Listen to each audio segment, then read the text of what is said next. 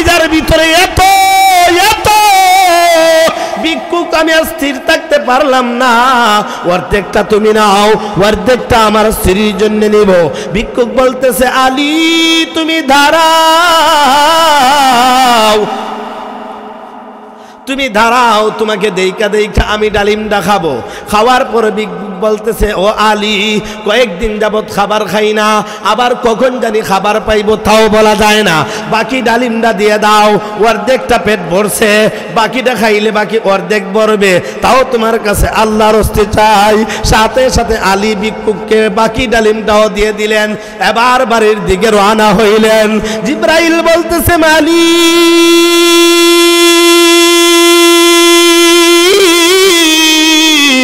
আপনার আলীর দিকে একটু তাকায় দেখেন। আল্লাহ বলতেছে, জিবরাইল তুমি জলদি করে জান্নাতে যাও, জান্নাত থেকে 10টা ডালিম সংগ্রহ করিয়া আমার নবীর কাছে পৌঁছায়া দিয়া বলো, আলী বাড়িতে যাওয়ার আগে আগে যেন আলীর কাছে ডালিমগুলা পৌঁছে যায়। আল্লাহু আকবার। ভাইয়ের আমার, বন্ধুরা আমার, আল্লাহু আকবার। ভাইয়ের আমার, বন্ধুরা আমার, জিবরাইল তাড়াতাড়ি জান্নাত থেকে 10টা ডালিম নিয়া নবীর কাছে পৌঁছায়া বইলা দিলেন। এবার নবীজি সালমান ফারসির কাছে দিয়া বললেন, তাড়াতাড়ি আলীর কাছে পৌঁছায়া দাও। সালমান ফারসি রাদিয়াল্লাহু তাআলা আনহু একটা ডালিম লুকায়া রাখলেন, 9টা ডালিম নিয়া আলীর কাছে ধরে বললেন, আলী আমার মনে হয় তুমি একটা ডালিম সদকা করেছ, তোমাকে আল্লাহ জান্নাত থেকে 9টা ডালিম দিয়েছে। আলী ডাক দিয়া বলে, ও ভাই সালমান, আমার নবী তো কোনোদিন মিথ্যা কথা বলেন নাই। ও ভাই সালমান, আমার আল্লাহ তো ফকির না, আমার আল্লাহ তো হলেন আমার আল্লাহ তো হলেন মহান, আমার আল্লাহ তো হলেন সবচেয়ে বড় সম্রাট, ঠিক কিনা ঠিক না, সমস্ত রাজত্বের মালিক। আমার আল্লাহ তো ফকির হইতে পারে না, আমার নবী তো কোনোদিন মিথ্যা কথা বলতে পারে না। আমি নবীর জবান থেকে শুনেছি, নবী বলেছেন কেউ যদি আল্লাহর রাস্তায় 1 টাকা দেয়, মহান আল্লাহ 10 দিবেন। তো আমি একটা ডালিম খয়রাত করেছি, এটার বিনিময়ে 10টা ডালিম আসবে, তো 9টা কেন আসবে? যাও তুমি নবীর কাছে নিয়ে পৌঁছায় দাও, আমি 9টা ডালিম নিতে রাজি না। গিয়া বলো, আলী ওই ডালিম 9টা নিবে না, যদি মালিকের পক্ষ থেকে আসে, আলীর অন্তরে বিশ্বাস রয়েছে 10টাই আসবে, 9টা আসতেই পারে না, আসতেই পারে না, আসতেই পারে না। সুবহানাল্লাহ। মুহতারাম সম্মানিত সভাপতি, উপস্থিত রয়েছেন দিগর হযরত উলামায়ে কেরাম, আমার সম্মুখ পানে মুরব্বী বাবাজিরা, যুবক বন্ধুরা, ছোট্ট নাবালিক শিশু বাচ্চারা ও পর্দার আড়ালের আমার শ্রদ্ধা অবলা সরলা মা ও বোনেরা, সর্বপ্রথমেই মহান মালিকের দরবারে লাখো কোটি শুকরিয়া জ্ঞাপন করি, যিনি আমাকে আপনাকে অত্যন্ত মহব্বত করে, অত্যন্ত মায়া করে আল্লাহ তাআলা এই নুরানি ইমানি মাহফিলের মধ্যে আসার সুযোগ করে দিয়েছেন। আমরা সবাই অন্তরের গভীর থেকে কালিমাতু শুকর আদায় করি, আলহামদুলিল্লাহ। আমি আপনাদের সামনে আল্লাহ তাআলার কালাম থেকে যে আয়াতে কারিমা তিলাওয়াত করেছি, আমি সর্বপ্রথম সেই আয়াতের তর্জমাটুকুন বলবো, সহজ সরল তর্জমা, যাতে আপনাদের বুঝে আসে। এরপরেই এই আয়াতের একটু নাজিল হওয়ার কারণ, যেটাকে শানে নুজুল বলা হয়, নাজিল হওয়ার কারণটুকুন একটু আলোচনা করব ইনশাআল্লাহ। এর ভিতরেই আজকে আমাদের আলোচনা শেষ হবে। আমি আপনাদেরকে অনুরোধ করব, আপনারা আল্লাহকে ওয়াস্তে মনোযোগ সহকারে বসুন। এই ছোট বাচ্চারা যারা, আপনারা বাবারা কেউ কথা বলবেন না, এদিক সেদিক তাকাবেন না, উঠাউঠি করবেন না। যারা আছেন আলহামদুলিল্লাহ সুন্দর মতো যদি আপনারা বসুন, আপনাদেরও লাভ হবে, আমারও লাভ হবে। আমার লাভটা কি, আমি সুন্দর মতো বলতে পারবো, হয়তো দিনের কিছু কথা সুন্দর মতো গোছায়া বললে আপনাদেরও ফায়দা হবে। আল্লাহ তাআলা এর বিনিময়ে আমাকেও সওয়াব দিবেন, আপনাদেরকেও আল্লাহ তাআলা সওয়াব দিবেন, ঠিক কিনা ঠিক না? হয়তোবা আজকের মাহফিল কাল কিয়ামতের দিন আপনি আমার জন্য নাজাতের উসিলা হয়ে যেতে পারে, কি বলুন? হয়তোবা আজকের মাহফিল আপনি আমার জিন্দিগির শেষ মাহফিলও হতে পারে, ঠিক কিনা? এই জন্য অনুরোধ করব, আমরা কেউ ওঠাছাড়া করব না। বাবারা ঠিক আছে তো? মাশাআল্লাহ। আসুন আমরা কোরআনের আয়াতের তরজমাটুকু আমরা শুনি। আল্লাহ তাআলা বলতেছেন, লাকাদ সামিআল্লাহু কাওলাল্লাযীনা ক্বালু, লাকাদ নিশ্চয়, সামিআল্লাহু আমি আল্লাহ শুনেছি, কাওলাল্লাযীনা তাদের কথা, ক্বালু তারা বলে, কি বলে? ইন্নাল্লাহা ফাকির, আল্লাহ হলেন ফকির। আল্লাহ কি মূলত ফকির? কথা বুঝেন না? আল্লাহ কি মূলত ফকির নাকি? আল্লাহ কি ধনী? আল্লাহ কি গনি? ধনী গনি, ঠিক কিনা? ঠিক না? সমস্ত জাহানের মালিক কে? সারা পৃথিবীর মালিক কে? আসমানের মালিক কে? জমিনের মালিক কে? রাজত্বের মালিক কে? আল্লাহ পাক রব্বুল আলামিন।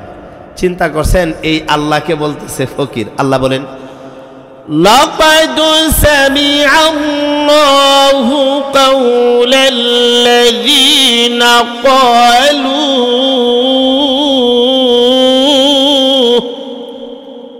আল্লাহ বলেন আমি আল্লাহ শুনেছি তাদের কথা যারা বলে, কি বলে? ইন্নাল্লাহা ফাকির, আল্লাহ হলেন ফকির, ওয়া নাহনু আগনিয়া, আর আমরা হইলাম ধনী। চিন্তা করছেন কত বড় কথা? আল্লাহকে বলেন ফকির আর এরা কি ধনী। আল্লাহ কয় আমি তাদের কথা শুনছি। তাদের কথা কি শুনলে আল্লাহ কি বলতেছেন? সানাকতুবু মা ক্বালু ওয়া কাতালাহুমুল আমবিয়া বিগাইরি হক। আল্লাহ তাআলা বলেন সানাকতুবু, আমি আল্লাহ লিখে রাখতেছি।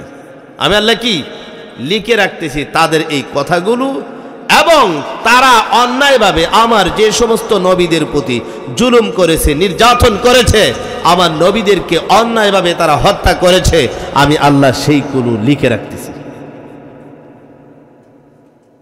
সানাকতুবু মা ক্বালু ওয়া কাতলাহুমুল আমবিয়া বিগাইরি হক ওয়া নাকুলু যুকু আযাবাল হারিক।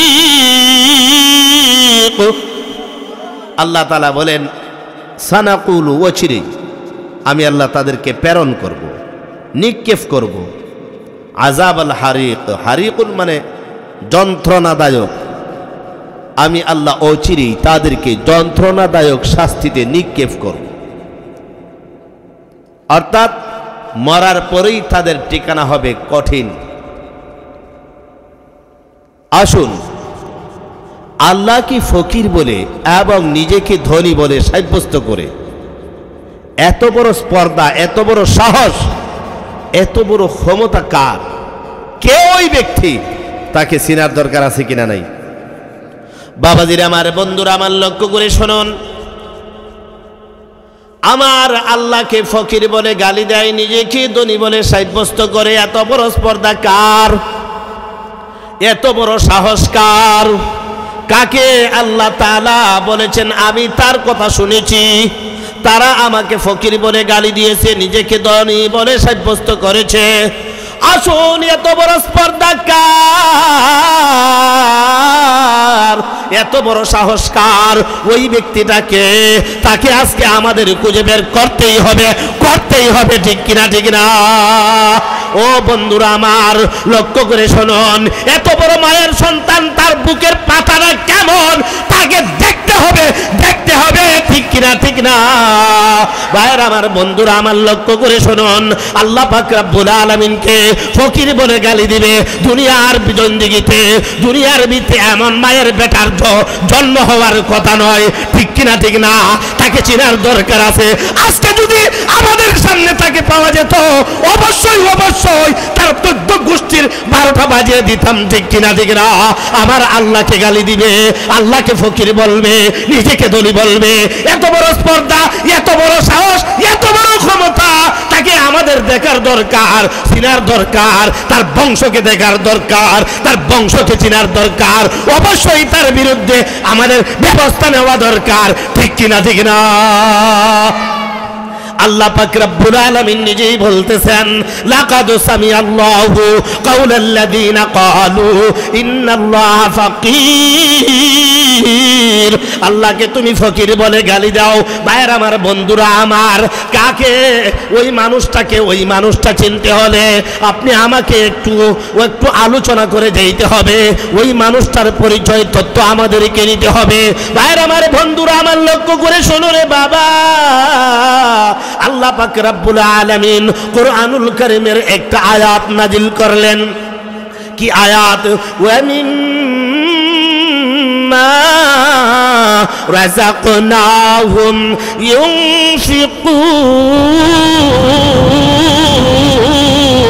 ইউনফিকুন।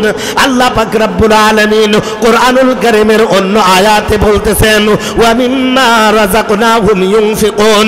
আমি আল্লাহ পাক রব্বুল আলামিন তোমাদেরকে যে ধন দৌলত দিয়েছি, তোমাদেরকে সম্পদ দিয়েছি, তোমাদেরকে রিজিক দিয়েছি, আমি আল্লাহর দেওয়া রিজিক থেকে আমি আল্লাহর রাস্তায় তোমরা ব্যয় করো, আমি আল্লাহর রাস্তায় তোমরা খরচ করো। আমি আল্লাহ পাক রব্বুল আলামিন কাল কিয়ামতের দিন তোমাকে বলবো, তোমার দ্বারে আমি অসুস্থ অবস্থায় গেছিলাম, তুমি ওই দিন আমাকে চিকিৎসা করো নাই। আমি তোমার দ্বারে ফকির হইয়া গেছিলাম, তুমি আমাকে ভিক্ষা দাও নাই। আমি বস্ত্রহীন অবস্থায় তোমার দ্বারে গেছিলাম বস্ত্রের জন্য, আমাকে তুমি বস্ত্র দাও নাই।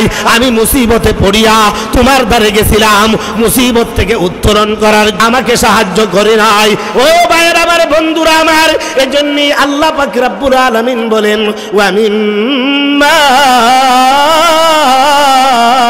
রাযাকনাহুম ইউনফিকুন।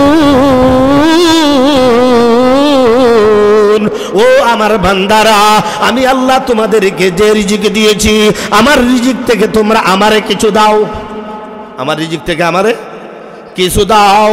আল্লাহু আকবার। আল্লাহ পাক রব্বুল আলামিন চাইতেছেন, আল্লাহু আকবার। এই আয়াতটা যখন নাজিল হলো রে ভাই, সাহাবাদের অবস্থা এমন হইল, আল্লাহু আকবার, দান করার হিরিক পড়ে গেল। সাহাবা একরাম যার যার ঘরের মধ্যে যা ছিল সব নবীর কাছে দিতে লাগলেন, সব মিসকিনদেরকে দিতে লাগলেন, সব মসজিদ মাদ্রাসায় দেওয়া শুরু করে দিলেন। আল্লাহু আকবার। ওই রকম একজন সাহাবী আবু বকর সিদ্দিক রাদিয়াল্লাহু তাআলা আনহু, আল্লাহর রাসূল সাল্লাল্লাহু আলাইহি সাল্লাতু ওয়াস সালামের হিজরতের সাথী ছিলেন আবু বকর সিদ্দিক রাদিয়াল্লাহু তাআলা আনহু। আবু বকর সিদ্দিকের নিয়ে যখন বিশ্ব পয়গম্বর গারের মধ্যে 3 দিন লুকায়িত ছিলেন, গর্তের মধ্যে 3 দিন লুকায়িত ছিলেন। আল্লাহু আকবার। গর্তের ভিতরে ঢোকার পর নবীজি ক্লান্ত হয়ে পড়লেন।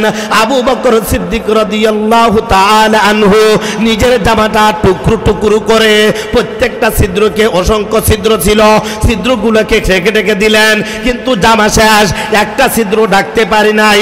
নিজের পা দ্বারা ওইটাকে ঢেকে রাখলেন। নবীজি নিজের মাথা মুবারক আবু বকর সিদ্দিকের উরাতের মধ্যে রেখে শুয়ে গেলেন। আমার নবী ক্লান্ত হয়ে পড়লেন, শুয়ে গেলেন। ওই সময় আবু বকর সিদ্দিকের পায়ে কে জানি একটা জিনিস দংশন করেছে, আঘাত করেছে, কামড় দিয়েছে। আবু বকর সিদ্দিক রাদিয়াল্লাহু তাআলা আনহুর সারা শরীরটা বিষাক্রান্ত হয়ে গেল, কালো বর্ণ হয়ে গেল। এরপরেও নড়াচড়া করতেছেন না, এরপরও কষ্ট অনুভব করতেছেন না। কিসের জন্য? নড়াচড়া করলে নবীজির ঘুম ভেঙে যাবে, নবীজির কষ্ট হবে। আবু বকর সিদ্দিক নড়াচড়া করেন নাই রে বন্ধু। কিন্তু এমত অবস্থায় আবু বকর সিদ্দিক অগত্যা বলতে পারে নাই, বুঝতে পারে নাই, অজান্তে চোখ থেকে এক ফোঁটা পানি নবীজির গাল মুবারকের মধ্যে পড়ে গেলেন। নবীজি আবু বকরের দিকে তাকাইলেন, তাকায় দেখলেন আবু বকর কাঁদতেছে। নবী বলতেছেন, ও আবু বকর, তুমি কাঁদো কেন? তোমার কি বাড়ির কথা মনে হয়ে গেছে নাকি? তুমি কাঁদো কেন? তোমার কি সন্তান সম্পদের কথা মনে হয়ে গেছে নাকি? ও আবু বকর, তুমি কাঁদো কেন? তোমার কি বিবি বাচ্চার কথা মনে হয়ে গেছে নাকি? ও আবু বকর, তুমি কাঁদো কেন? তোমার কি বাড়ির কথা মনে হয়ে গেছে নাকি? আবু বকর সিদ্দিক তখন বললেন, ও আল্লাহর পয়গম্বর, যেদিন আপনার হাতে হাত রেখে আমি আপনার প্রতি ঈমান এনেছিলাম, সেই দিন থেকে আমার অন্তর থেকে আমার সম্পদের লুপসা আমি বাদ দিয়ে দিয়েছি, আমার অন্তর থেকে আমার স্ত্রীর চিন্তা বাদ দিয়ে দিয়েছি, অন্তর থেকে চিরদিনের জন্য আমার কলিজার টুকরা সন্তানদের মহব্বত অন্তর থেকে মুছে একমাত্র আপনার মহব্বতকে আমার কলিজার ভিতরে জায়গা দিয়েছি। না না, আমি সম্পদের জন্য কাঁদি না, আমি সন্তানের জন্য কাঁদি না, আমি স্ত্রীর জন্য কাঁদি না, আমি বাড়ির জন্য কাঁদি না। তাহলে কেন কাঁদেন? দংশনের কথা বললেন। ভাইয়ের আমার, বন্ধুরা আমার, যেই মাত্র আল্লাহ পাক রব্বুল আলামিন আল্লাহু আকবার দান করার কথা বললেন, আল্লাহকে দেওয়ার কথা বললেন, সাহাবায়ে কেরামদের মধ্যে হিরিক পড়ে গেল। আবু বকর অন্তর থেকে সম্পদের লিখসা কেমন করে বাদ দিয়া দিলেন? একদিন যুদ্ধের মধ্যে বিশ্বনবী কিছু দান চাইলেন, অনুদান চাইলেন। সাহাবায়ে কেরামদেরকে বললেন, যা পারো তোমরা এনে দাও, যুদ্ধের সরঞ্জাম কিনতে হবে, যুদ্ধের জন্য তোমরা প্রস্তুত হয়ে নাও। আবু বকর সিদ্দিক ঘরে গেলেন, উমর ঘরের মধ্যে গেলেন, আবু বকর সিদ্দিক গেলেন, উসমান ঘরের মধ্যে গেলেন, সাহাবায়ে কেরাম ধরে গেলেন। এবার উমর বললেন, আবু বকর তো গরিব, কিছু দিতে পারবে না, কিন্তু আমি তো এখন ধনী। আবু বকর সিদ্দিক রাদিয়াল্লাহু তাআলা আনহুর কিছু নাই। উমর রাদিয়াল্লাহু তাআলা আনহু বাড়িতে গিয়া সমুদয় সম্পত্তিকে দুই ভাগে বন্টন করে একটা ভাগ নিজের জন্য রাখলেন, আরেকটা ভাগ নবীজির কদম মুবারকে রেখে দিলেন। এইভাবে উসমান রাদিয়াল্লাহু তাআলা আনহু নিজের সম্পত্তিকে তিন ভাগে বন্টন করলেন, একটা ভাগ নিজের জন্য রাখলেন, দুইটা ভাগ নিয়ে আসলেন, দুইটা ভাগ রাখলেন, একটা ভাগ নিয়ে আসলেন। ওইভাবে সাহাবায়ে কেরাম নিয়ে আসলেন। কিন্তু দেখা যায় আবু বকর সিদ্দিক একটা পুটলুনি বান্দা নবীজির কদম মুবারকে রাখলেন। আল্লাহু আকবার। নবীজি দেখলেন, ও সাহাবারা, কে কি আনছো আমাকে বলো। সবাই গর্বের সাথে বলতে লাগলো, উমরও বলতে লাগলো, উসমানও বলতে লাগলো। নবী আবার জিজ্ঞেস করেন, আবু বকর, তুমি কি নিয়ে আসলা আমাকে একটু বলো তো দেখি। একটা গাট্টি নিয়ে আসলেন, ওই গাট্টিটা নবীজির সামনে রাখলেন। হুজুর, আমি এইটা নিয়ে আসছি, তবে একটা কথা জেনে রাখেন, আমার ঘরের ভিতরে যা ছিল সবগুলো নিয়ে আসি, একটা টুকরো আমার ঘরের ভিতরে রাখি নাই। এমনকি একটা নিমক দানি ছিল, ওই নিমকদানিটা পর্যন্ত নিয়ে এসেছি। আল্লাহু আকবার। নবীজি বললেন, ও আবু বকর, খারেনি রাইকা আসলা ঘরের ভিতরে? হুজুর, আমি ঘরের ভিতরে কাউকে রাখি নাই, একমাত্র আমার আল্লাহ, আমার আল্লাহর ভালোবাসা ঘরের ভিতরে রেখে দিয়েছি। ভাইরা আমার, বন্ধুরা আমার, সাহাবায়ে কেরামদের মধ্যে আল্লাহু আকবার দানের হিরিক পড়ে গেল, দানের হিরিক পড়ে গেল। সাহাবায়ে কেরাম কেমন ভাবে দান করতেন? আল্লাহু আকবার। নবীজির কলিজার টুকরা ফাতেমাতুজ জাহরা রাদিয়াল্লাহু তাআলা আনহা, আল্লাহ ফাতেমার ঘরে একদিন নাই, দুই দিন নয়, 3 দিন পর্যন্ত কোনো খাবার নাই। খাবারের জন্য অস্থির হয়ে গেলেন। ফাতেমা আলীকে বললেন, ও আমার প্রিয়তম স্বামী, পাশের ইহুদি বাড়ির থেকে কিছু সুতা দেয় কাপড় বানানোর জন্য, আপনিও কিছু সুতা নিয়ে আসেন, আমি ফাতেমা কাপড় বানাইব, এটার জন্য কিছু মজুরি দিবে, ওইটা দিয়া সন্তানদের খাবারের ব্যবস্থা করব। আলী রাদিয়াল্লাহু তাআলা ইহুদির বাড়ি থেকে সুতা আনলেন, ফাতেমা কাপড় সেলাই করলেন, ইহুদি কিছু মজুরি দিলেন, ওইটা দিয়া কিছু আটা আনলেন, ছাতু কিনে আনলেন, 3টা রুটি বানাইলেন, একটা দিলেন হাসানকে, আরেকটা দিলেন হুসাইনকে, আরেকটা রুটি নিয়ে বসলেন, স্বামী স্ত্রী দুইজনে খাবে। ওই সময় কিসের জন্য ফাতেমা একটু দূরে চলে গেলেন। ওই সময় দরজার সামনে আয়েশা ভিক্ষুক বলতেছেন, আমি আল্লাহর হস্তে আমি আপনাদের কাছে কিছু চাই, আমি বেশ কিছুদিন যাবৎ বুকা অবস্থায় খাবার পাইতেছে না। আলী রাদিয়াল্লাহু তাআলা আনহুর মনকে বাড়াইতে বুঝাইতে পারলেন না, সাথে সাথে ভিক্ষুককে রুটিটা দিয়ে দিলেন। ফাতেমা আয়েশা দেখেন রুটি নাই, কি করলেন? আল্লাহু আকবার। আলী রাদিয়াল্লাহু তাআলা আনহু কুলে বললেন। কুলার পর ফাতেমা একটু বেজার হয় নাই, বরং আরো খুশি হয়ে গেলেন। ও ভাইরা আমার, বন্ধুরা আমার, ওয়া মিম্মা রাযাকনাহুম ইউনফিকুন,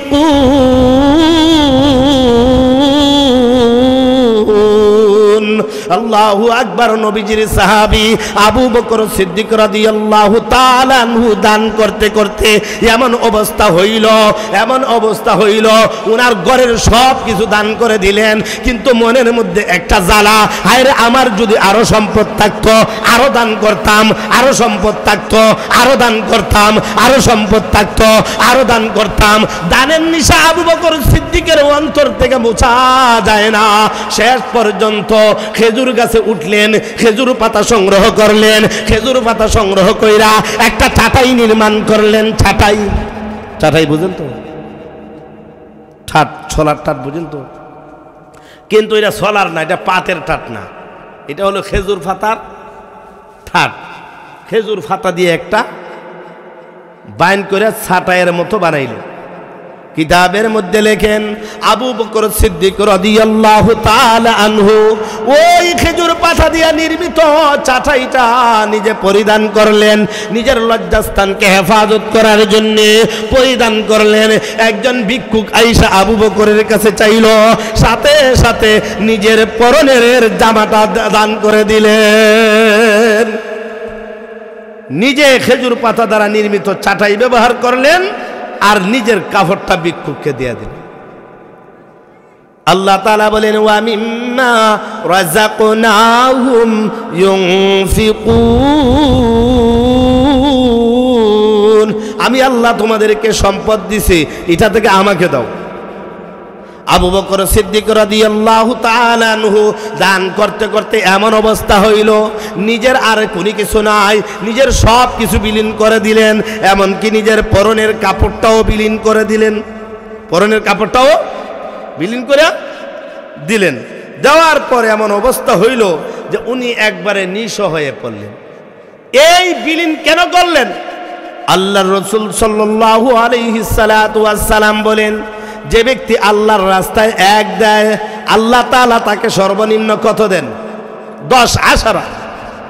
আল্লাহ তাআলা তাকে সর্বনিম্ন 10 দেন। কিভাবে 10 দেন? একটা ঘটনা বলি।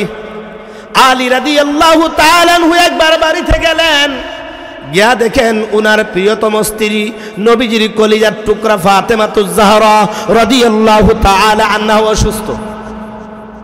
স্বামী স্ত্রীর মাথার পাশে বসে হাত বুলাইতেছে আর বলতেছে কি খাইবা?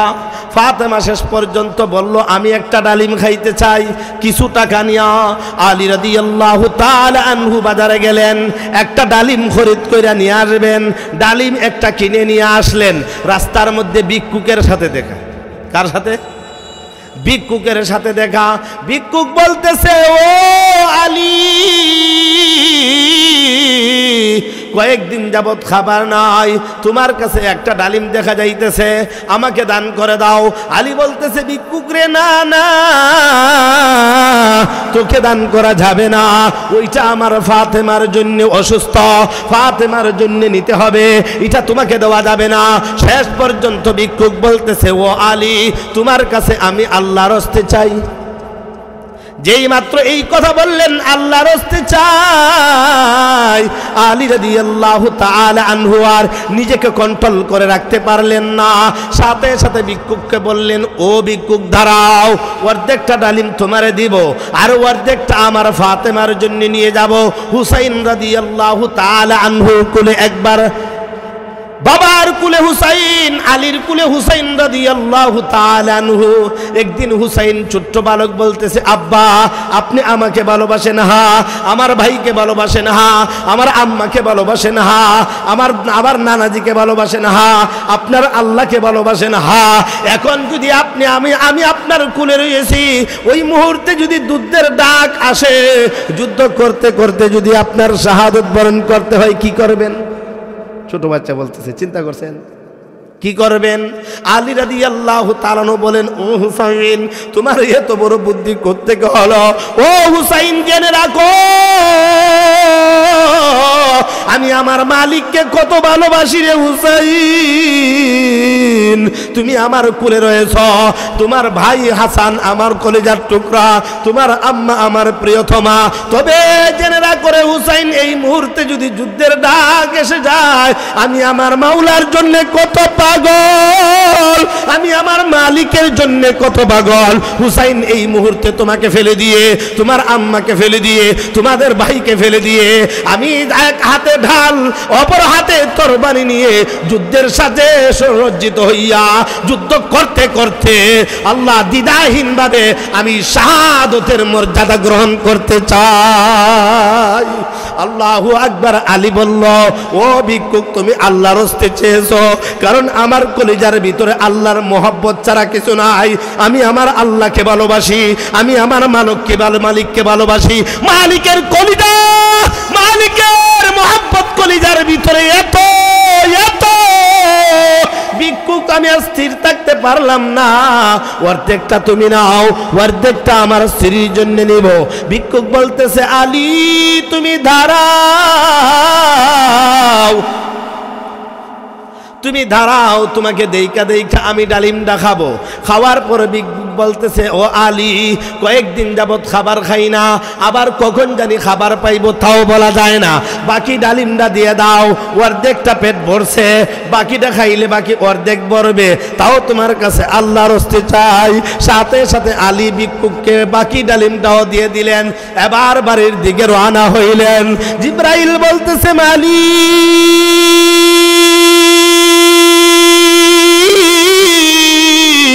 আপনার আলীর দিকে একটু তাকায় দেখেন।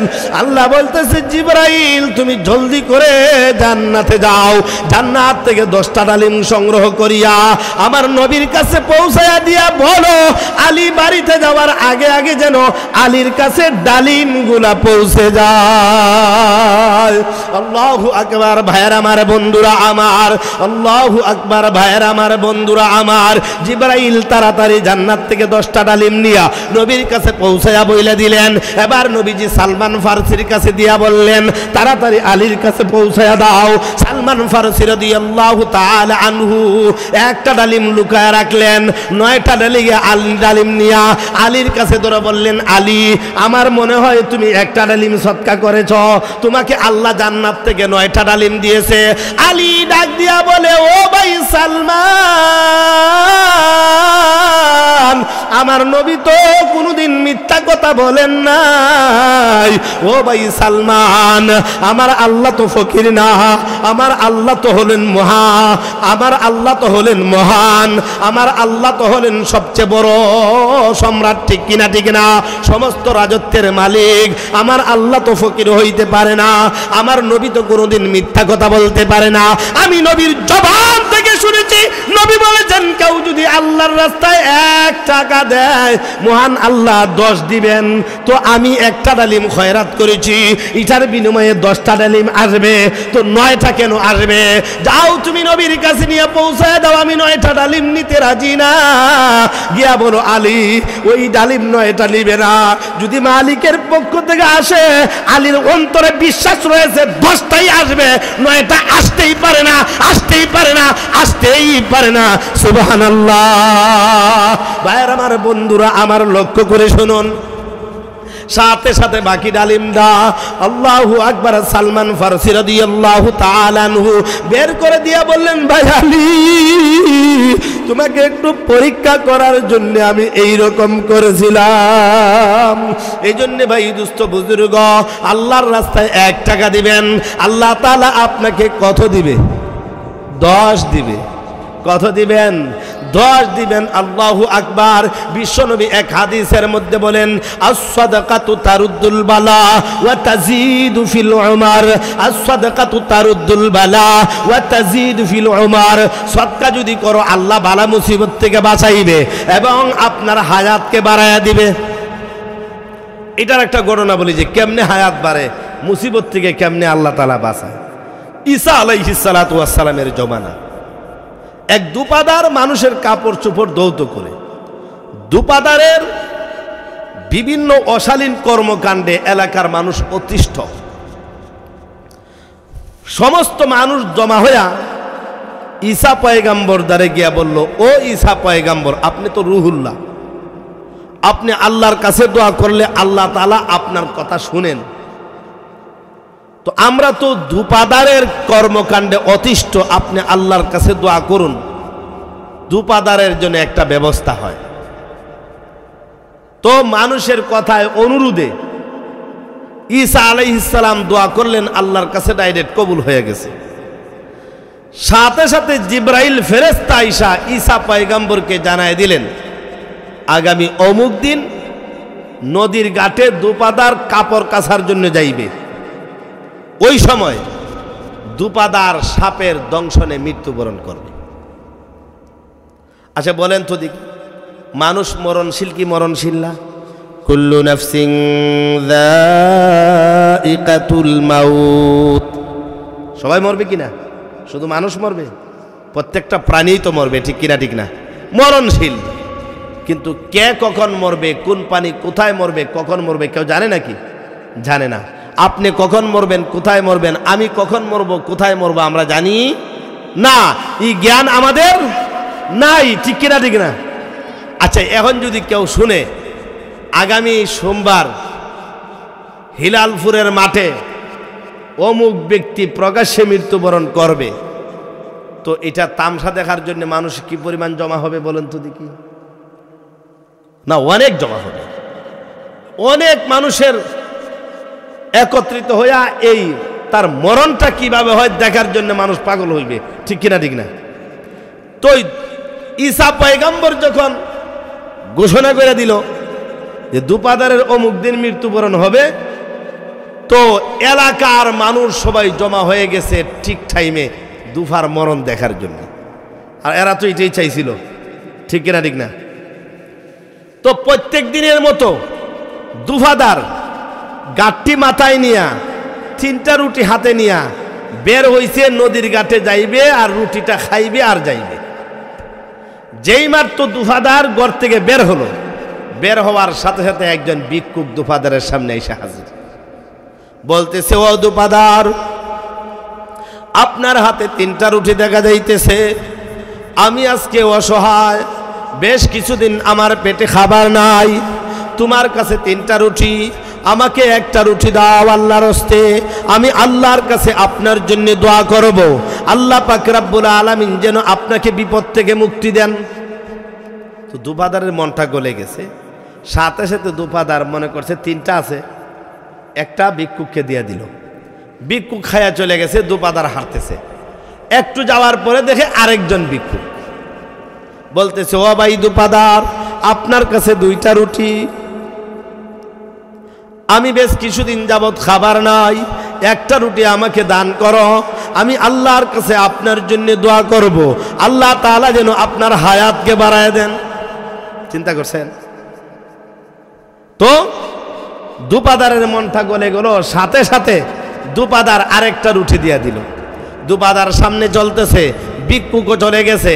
একটু যাওয়ার পর আরেকজন ভিক্ষুক আইসা বলতেছে, দুপাদার, তোমার কাছে 1টা রুটি, বেশ কিছুদিন যাবৎ আমার খাবার নাই, ওই রুটিটা আমাকে দাও, আমি আল্লাহর কাছে দোয়া করব, আল্লাহ তাআলা যেন আপনাকে ওই দুরাবস্থা থেকে হেফাজত করে, যেন আল্লাহ আপনাকে বিত্তশালী বানায় দেন, সম্পদওয়ালা যেন বানায় দেন। দুপাদারের মনটা গলে গেল। দুপাদার এই রুটিটাও ভিক্ষুককে দিয়ে গেল। দুপাদার আবার নদীর ঘাটে গেল, ইচ্ছা মতো কাপড় কইসা কাপড়গুলাকে আবার গাট্টি বান্ধা বাড়িতে চলে আসছে। কিন্তু দুপাদারের আর মৃত্যুবরণ হইল। মানুষ তো খেপে লাল হয়ে গেল। সবাই ঈসা পয়গম্বর দ্বারে গেল, গিয়া বলল, ও ঈসা পয়গম্বর, আপনি তো আল্লাহ পাক রব্বুল আলামিনের পয়গম্বর, আপনি তো রুহুল্লাহ, আপনি দোয়া করলে আল্লাহ সরাসরি কবুল করেন, আপনার দোয়া তো ব্যথা হয় না।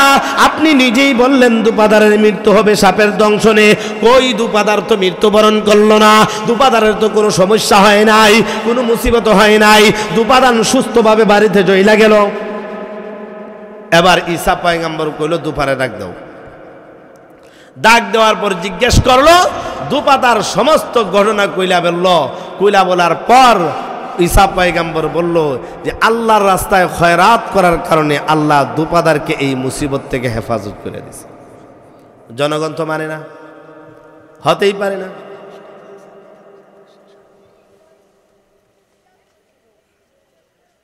তো দুপাদার তো আপনার এই মরণ হইল না, কিন্তু জনগণ এটা মানতে রাজি না। শেষ পর্যন্ত দুপাকে বলল তোমার গাঠটিটা নিয়ে আসো। গাঠটি নিয়ে আসার পর গাঠটি খুলছে, খোলার পর দেখা যায় গাঠটির ভিতরে বিশাল বড় সাপ। ঈসা পয়গম্বর সাপকে জিজ্ঞেস করলো, ও সাপ, তোমাকে আল্লাহ কিসের জন্য পাঠাইলো? তুমি কেন ওই দুপাদারকে দংশন করো নাই?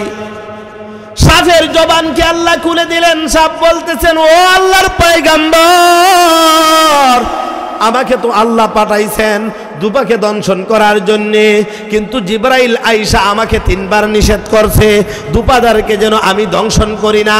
এই যেখানে আমার মুখের দিকে তাকান, আমি যদি দংশন করি, এই জন্য জিবরাইল আইসা আমার মুখের মধ্যে লাগাম লাগায়া দিছে, লোহার লাগাম লাগায়া দিছে, যাতে করে আমি আর ওই দুপাদারকে দংশন করতে পারি না। এই জন্য ভাই দুস্থ বুজুর্গ বলতেছিলাম, আল্লাহর রাসূল বলেছেন, আস-সাদাকাতু তারুদ্দুল বালা ওয়া তাজিদু ফিল উমার। আপনি যদি সদকা করেন, আল্লাহ আপনার বালা মুসিবত থেকে হেফাজত করবেন এবং আল্লাহ আপনার হায়াতকে বাড়ায় দিবেন, ঠিক কিনা? ও ভাইয়ের আমার, বন্ধুরা আমার, বলতেছিলাম আল্লাহর পয়গম্বরের সাহাবী হযরত আবু বকর সিদ্দিক রাদিয়াল্লাহু তাআলা আনহু নিজের সব কিছু বিলীন করে দিলেন, একবারে নিঃস্ব হয়ে গেলেন। উনার আর কোনো কিছু নাই, উনি এমন ভাবে নিঃস্ব হয়ে গেলেন রে বাবা, পরনের কাপড়টা পর্যন্ত আল্লাহর রাস্তায় ব্যয় করে দিলেন। বলবেন হুজুর আপনার যে ব্যবসা বোঝা যাইতেছে, এখন আমরা কাছে চাইবেন তো চাইলে ঠিক আছে, আমরা সবে 1000 2000 5000 করে দিমু, কিন্তু 1000 দিলে কিন্তু আমরা সাথে সাথে 10,000 হইতে হইব, ঠিক কিনা? ঠিক না? আপনি তুই কইছেন, আমি কইছি না নি? আমি তো আমার কথা কইছি না, নবীর কথা। তো কীভাবে 10,000 হইব এটা তো বুঝতেই পারে না। হ্যাঁ, একটু বুঝাই দেই, এরপরে কথা কই, সংক্ষেপে, অতি সংক্ষেপে কইব। মনে করেন আপনার একটা ছেলে স্কুলে পড়ে, প্রত্যেক দিন স্কুলে যায়, আপনার কাছে বায়না ধরে 10 টাকা প্রত্যেক দিন না দিলে স্কুলে যাব না। আপনি প্রত্যেক দিন 10 টাকা করে দেন। 10 টাকা দিয়ে কী করে জানেন? 2 টাকার সানাসুর খায়, 2 টাকার মটর খায়, 2 টাকার হজমি খায়, 2 টাকা দিয়া তেঁতুল খায়। আপনি চিন্তা করলেন, ওরে বাবা, এইভাবে যদি ছেলে খাইতে থাকে, যদি পেটের মধ্যে গন্ডগোল ধরে, সম্ভাবনা আসেনি না নাই? যদি পেটের মধ্যে গন্ডগোল ধরে, তাইলে আজমিরি হাসপাতাল ফেল, উসমানির যাওয়া লাগবে। এই 10 টাকার বিনিময়ে আমার 10,000ও যাইতে পারে, ঠিক কিনা? ঠিক না? আপনি ছেলেলে বুঝাইলেন প্রত্যেক দিন 10 টাকা দেওয়া যাবে না, 2 টাকা দেব, আর প্রত্যেক দিন 8 টাকা তোমার জন্য বাবায় ব্যাংকে জমা করব। এই ব্যাংকে জমা করবো যে 8 টাকা, এই মজাটা হে বুঝবো নি? বুঝতো না, কারণ তার ই বুঝ না, হে নগদ হইলে খুশি, ঠিক কিনা? ঠিক না? কিন্তু বাবাই যেভাবে বুঝাই বুঝাই হেরে মানাইছে, মানানোর পর ব্যাংকে তৈছে 16 বছর লেখাপড়া করছে, প্রত্যেক দিন 8 টাকা করে বাবায় জমা করছে। 16 বছর লেখাপড়া করলে 365 দিনে 1 বছর, 16 বছরে কয়টা দিন হবে? এই এতদিন যদি তার ব্যাংকে জমা করে, ছেলেরে বিয়া করাইছে, বৌমা সহ একখানা জমা করিয়া, বাবা এবার ব্যাংকটা ভাঙ্গে দেখে কয়েক লক্ষ টাকা হয়ে গেছে। এই লক্ষ টাকা কইলা এখন ছেলের হাতে দিয়া বলল, এটা তোমার ব্যাংকে বাবা যে এইভাবে জমা করছিলাম, এটার মালিক তুমি। এখন ছেলে কি পরিমাণ খুশি হবে বলেন তো দেখি? এই খুশির কোনো সীমা থাকবে তার? কিন্তু ছোটবেলায় এই খুশিটা তার আছিল না।